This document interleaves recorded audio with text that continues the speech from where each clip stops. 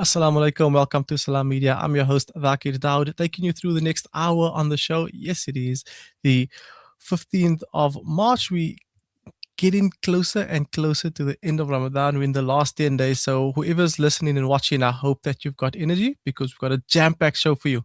So you made your about it last night. Jam-packed show. We're ready for you. We're coming in strong. We've got a jam-packed show today. Talking about that, we've got ICC Elite Umpire Allahudien Paleker. That's going to be first up on the show. Check him out. Check him out. Check him out. Don't be so nervous. You're on camera. And then next up, we've got Junior Springbok Player of the Year, Hashim Peed, joining us in studio as well. Amazing stories. We're going to find out how these gentlemen adapt to Ramadan and being professional athletes and a professional umpire at the same time, and also a bit of their journey and how they came to being the professionals that they are in the industry. First up, we've got Allahudien Paleker, Palis, international umpire. You're on the elite panel of the ICC. Welcome to Salam Media. Thank you, Dr. Shukran, for having me here. Very different to what you used to between the boundary ropes, eh? Yeah. Quite relaxed. It's been a taxing last 6 weeks, so looking forward to a bit of downtime and just relaxing and spending time at home. Well, you say spending time at home, but you're in the studio, so thank you for taking time out of your Sunday to spend with us, and we hope that we should actually be thanking your family for allowing you to be here. No. I had to bribe the wife a bit, but yeah, she's all good. Listen, bribery and cricket, my word. all jokes. But for those of you at home that are not aware, Allahudien Paleker recently returned from the ICC T20 World Cup. And now he's touching down on South Africa's shores. He went right through until the semi-finals. If I'm not to the finals, look at me. It's just a South African thing. For those of you who know, you know. Tell me a bit about that experience. I mean, being on the international stage, nothing new to you. How do you find yourself adapting to it? Yeah, it was quite a challenging tour. It's turned out to, what I thought was going to be 5 weeks turned out to be almost 6 weeks. So 40 days away from home, spending 3 weeks of Ramadan away from home. So it took a lot of preparation, going into the event. This was my second T20 World Cup. I did the one in 2024 in USA and West Indies. So with all my trips, preparation, checking out halal options, checking salah times. And this was going to be easy because going to India and Sri Lanka, there's plenty of Muslims, plenty of halal food. So that wasn't an issue. It was more the travel part of it that, that I had to try and manage. You had back-to-back games in India. Fortunately, the first 6 round-robin games were all in India. My last game was the day before Ramadan started. So the first day of Ramadan, I traveled to Sri Lanka. Had about 6 days in Colombo, which was the longest that I spent in one city at a time. And then went up to Kandy for 3 days. So the first 9-10 days I was in Sri Lanka, which wasn't too bad because you were based in one city. So you could try and adapt and, the heat was tremendous in Sri Lanka. Humidity was high. So I just tried to, stay indoors and try and preserve energy. Fortunately, from the Super 6 stages onwards, all the games were night games. So that starts at 7 p.m. And Iftar, Maghrib was anytime between 20 past 6 and 10 to 7, depending on which city you were.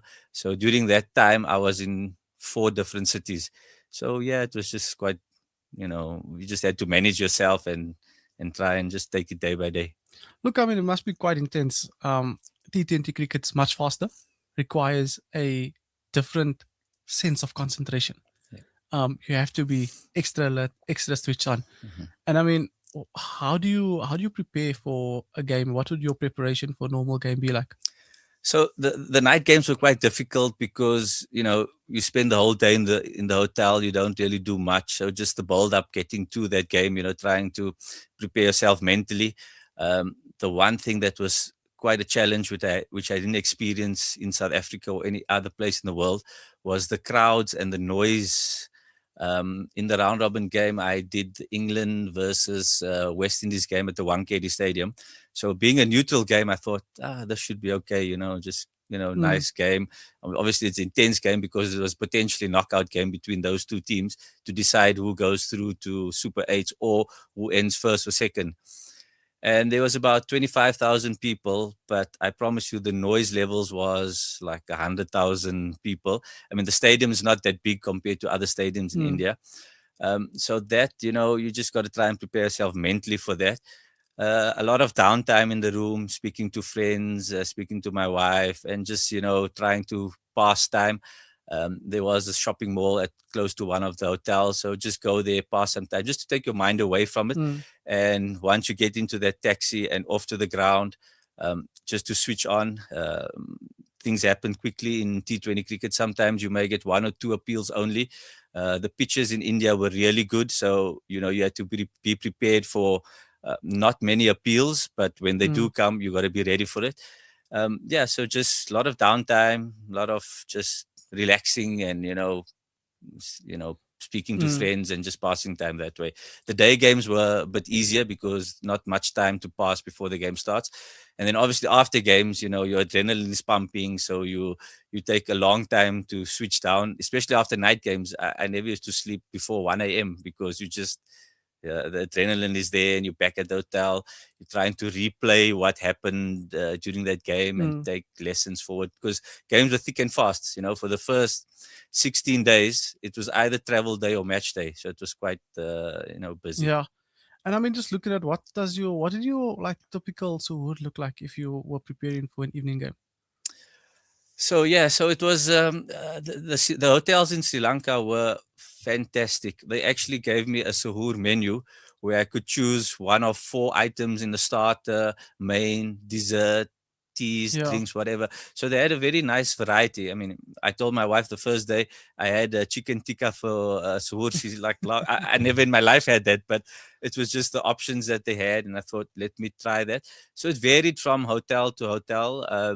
Some hotels just gave you, because it was quite early at 4 a.m. in the morning, they just gave you a standard breakfast where there was cereals, muffins, juices.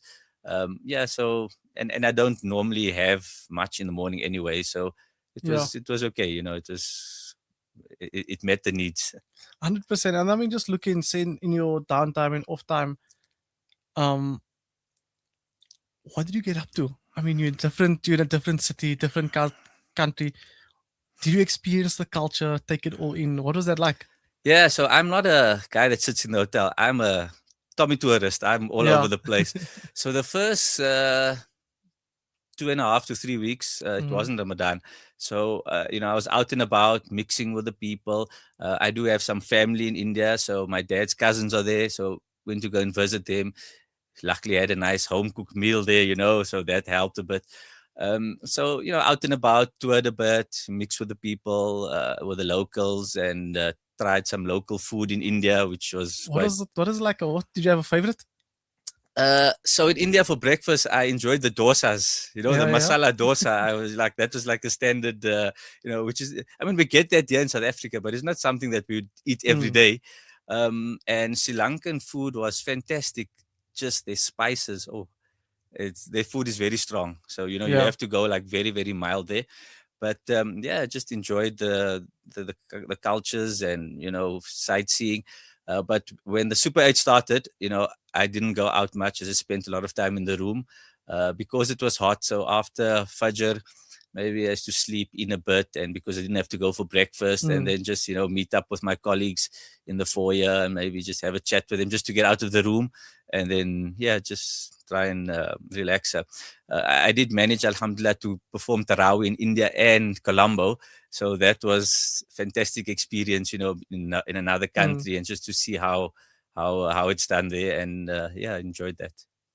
Tell us a bit about that. I mean, I always enjoy when I travel to do the same. What was your experience like? Was there any like differences between the two, and which country do you prefer more? I mean, there must have been something that stuck with you personally.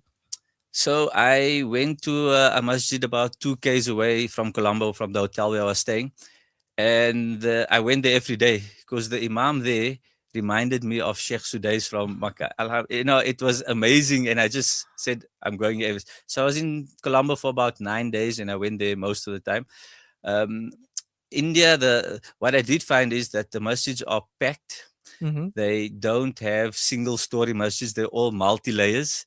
So if you come late, you could end up on the third floor, Islam very strong in those two countries, even though they're minority. But yeah, it was a fantastic experience, just mixing with the locals. I did try some local food in Sri Lanka for one of the iftars, which was like a rice kind of dish, which Mm-hmm. reminded me of like a kheer that we have, Okay. something like that.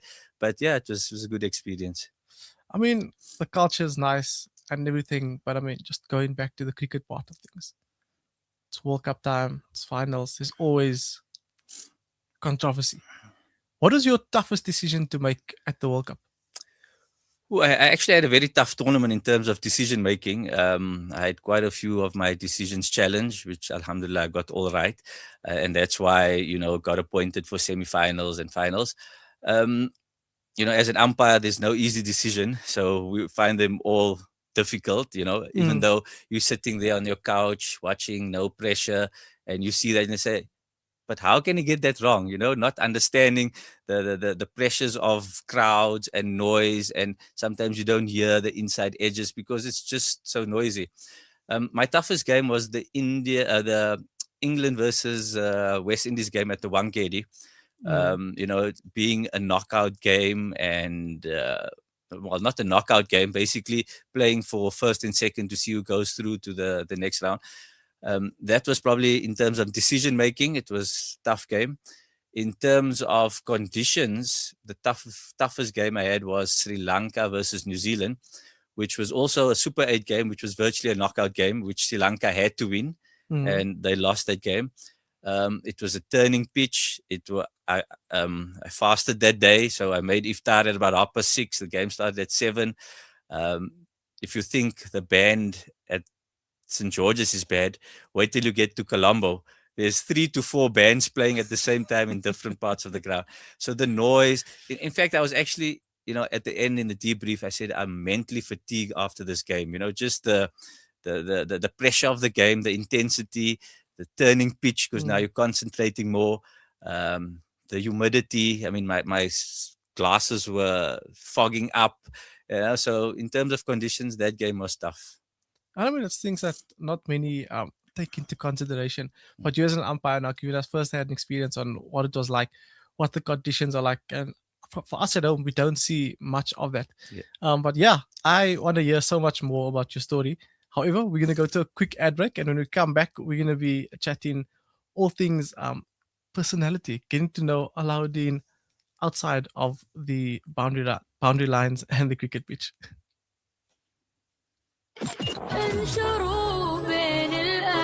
Salam Media, your spiritual companion this Ramadan.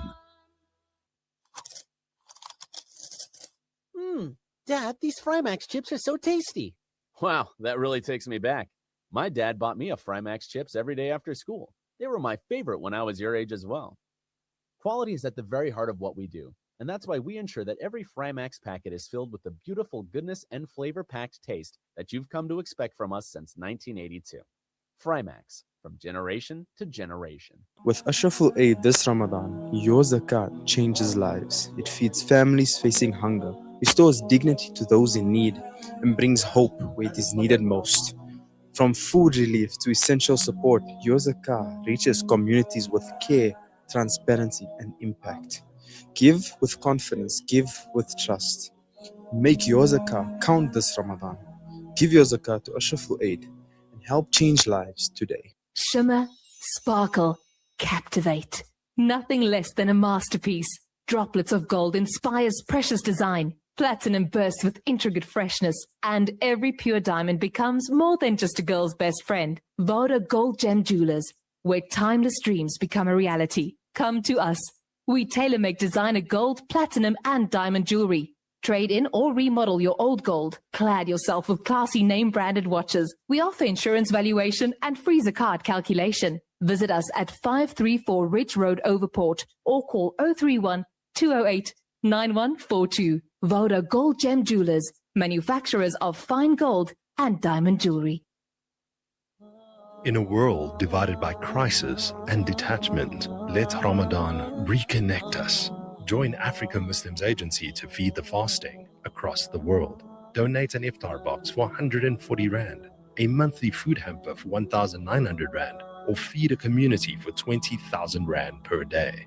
From Gaza to Mozambique to Syria and more, every meal creates a connection between human hearts and the divine.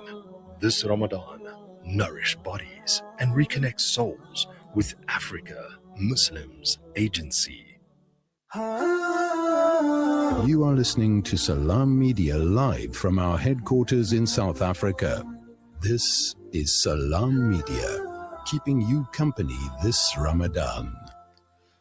Assalamu alaikum. Welcome back to Salam Media. I'm your host, Zakir Dawood. It is now 12 on this beautiful Sunday afternoon. I'm still joined in studio by ICC Elite Umpire Allahudien Paleker. Just getting back into the thick of things. Being an umpire, what is that journey like for you? Yeah, it's quite a long journey, you know. It's a journey that started back in 2006, so that's 20 years now. I played cricket, so my dad's an umpire. I've got two uncles who are umpires. I've got two cousins who are umpires. So we're actually a family of 6 umpires. And, you know, once I stopped playing, it was always going to be something that I was going to venture into. I tried a bit of coaching and I thought, nah, this is not for me. You know, you're not in control of your own destiny. You can't control what the players do out there. And I just thought, you know, maybe just to stay involved in the game and make a difference, umpiring is probably the route to go. So I started in 2006, did 3 years of club cricket and tournaments. And then 2009 got promoted to the CSA, Cricket South Africa. That time they called it the pilot panel, which is basically like the reserve panel. I was on there for 3 years. And then got promoted to the first class panel in 2013. And then 2017 promoted to the international panel, and then 8 long years before I got promoted to the elite panel, which was last year this time. 1 year later. Yeah, 1 year later. And look how quick time flies. Yeah, it's been quick, and it's been a wonderful journey this last year, you know, traveling the world, meeting new people, umpiring in different conditions, you know, just testing yourself out of your comfort zone, being away from home. I was in New Zealand for 44 days in December, covering the New Zealand West Indies series. And the only thing I ate was kebabs. That's the only halal food I could find in the cities that I were. The odd Indian place here and there, you know. So there's a lot of sacrifice. It's time away from home. It's taking you out of your comfort zones. And yeah, it's you know, it's been a good year, alhamdulillah. For many people that look at the being an elite umpire as the ceiling for umpiring, but what does it mean to you? What does the future hold for Allahudien Paleker? Yeah, just now, you know, just to be consistent in my decision making and try and, you know, maintain my position on the panel. We do only get, look, the first year you get a 2-year contract, and then after that you only get 1-year contracts at a time. So yeah, just to try and stay humble in everything I do, and just make sure that I'm, you know, consistent and, you know, take it game by game. I mean, also now looking at this career path that you've taken, it's not necessarily many younger people would take, because call it what you may, but many youngsters look at the path of being an athlete. If not being an athlete, being a coach, because that's all they basically know and exposed to. Yeah. The umpiring route, what would your guidance and advice be to a younger generation coming up? Look, yeah, maybe 15, 20 years ago, it wasn't as professional as it is now. In 2010, that's when they launched the elite panel, whereby umpires get paid a monthly salary. Previously, you only used to get a match fee. So that became more professional. And even back then, you found a lot of guys after playing, after coaching, and then maybe starting at the age of 50 and then trying to be an umpire. There's a lot more opportunity now in terms of umpiring as a career. There's a fantastic pathway that both Cricket South Africa and the ICC have. And they try and fast track former players, into the first class setup, and then hopefully try and get you into the international setup. And then that's where the ICC basically gets an eye on you, see who's the next guys coming through. And it's a lot more opportunities now. And also you can make a career out of it, which maybe you couldn't do that 20 years ago. But you have to start somewhere. So club cricket is where it all started. It started for me there as well. And you just got to work your way up. It's not something that will happen overnight. It is quite a lengthy period before you can start, getting to first class level and international level, if that. And then take it from there. Yep. Allahudien, thank you so much for your time this afternoon. It was so interesting getting to know a bit more about your journey, your path, what Ramadan looked like for you as an elite umpire. Thank you so much for your time this afternoon. I look forward to chatting to you soon and obviously following your journey and seeing where to from here for you. Look, thank you for being part of the Salam Media family. We look forward to having you on the show again soon. Shukran, Dakir, for having, and it was a pleasure. Always a pleasure. That was ICC elite umpire Allahudien Paleker running us through what Ramadan looked like for him as an elite umpire, being away from home, from Colombo to India. If you missed it, you can obviously find the interview on Facebook and on YouTube, and you can track through it just to hear a bit more about what his journey looked like in the month of Ramadan. But now that's it for us for the first segment of the show. We're going to take a quick ad break. When we do come back, we're going to be chatting all things rugby, and we're going to be listening to the story of Hashim Peet, Junior Springbok Player of the Year.